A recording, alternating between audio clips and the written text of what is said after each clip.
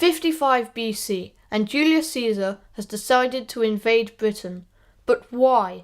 Well, the reason Caesar was using to justify his invasion was that some of the British tribes had stirred up a rebellion by the Gauls against Roman rule, and the fact that they were sheltering enemy Gaelic leaders. However, Caesar was really after wealth and prestige. With the political situation in Rome looking increasingly fragile, Caesar was looking to put himself in the most advantageous position possible.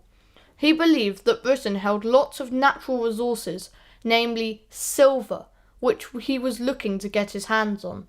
He also knew that yet another military success would further increase his prestige and status.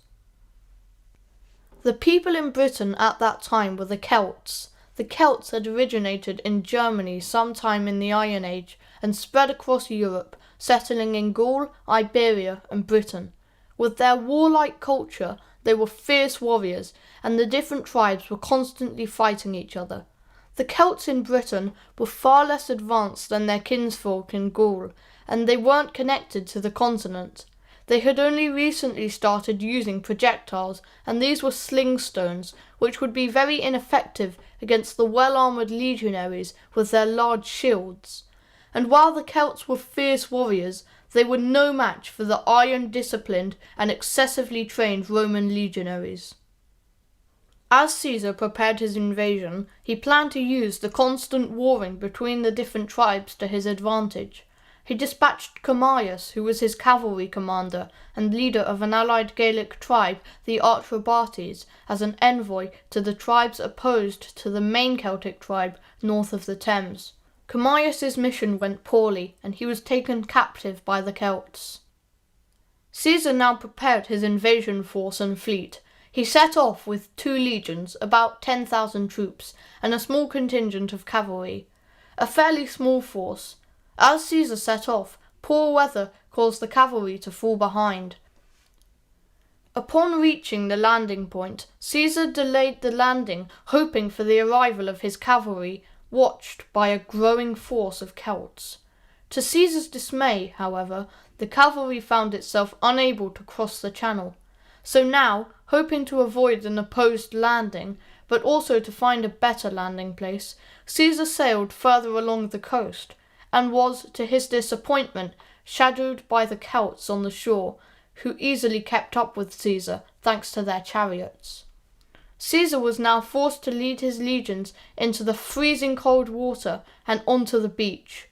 After a fiercely contested fight, the Romans managed to send the Celts packing, although Caesar wasn't able to fully exploit his victory due to the lack of his cavalry. The Celts, having lost the battle, called for terms and returned Camillus to the Romans. Caesar now set up camp and waited for his cavalry to arrive, but 4 days later, when the cavalry tried to cross the channel, they were once again denied by bad weather and forced back to Gaul. This same bad weather caused the waves to roll up and destroy or badly damage Caesar's poor quality carrier ships, temporarily stranding Caesar. These misfortunes can't have helped the morale of the Romans, while the Celts, seeing their chance for a decisive victory, called for reinforcements from inland.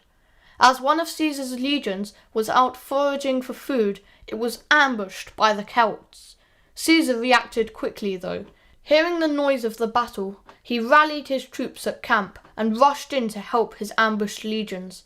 After a hard fight, Caesar claimed victory. The feeling of triumph must have been short-lived, though. Morale was low, and Caesar was painfully aware that with no supplies and finding it very hard to live off the land as well as being unable to advance inland due to the Celts, it would be impossible to carry on the campaign. Caesar ordered his legions to begin repairing the fleet, and a few days later returned to Gaul, no doubt feeling quite downtrodden and disappointed. Caesar's first invasion had been poorly planned and quite frankly an embarrassment, but he would be back with over 30,000 troops.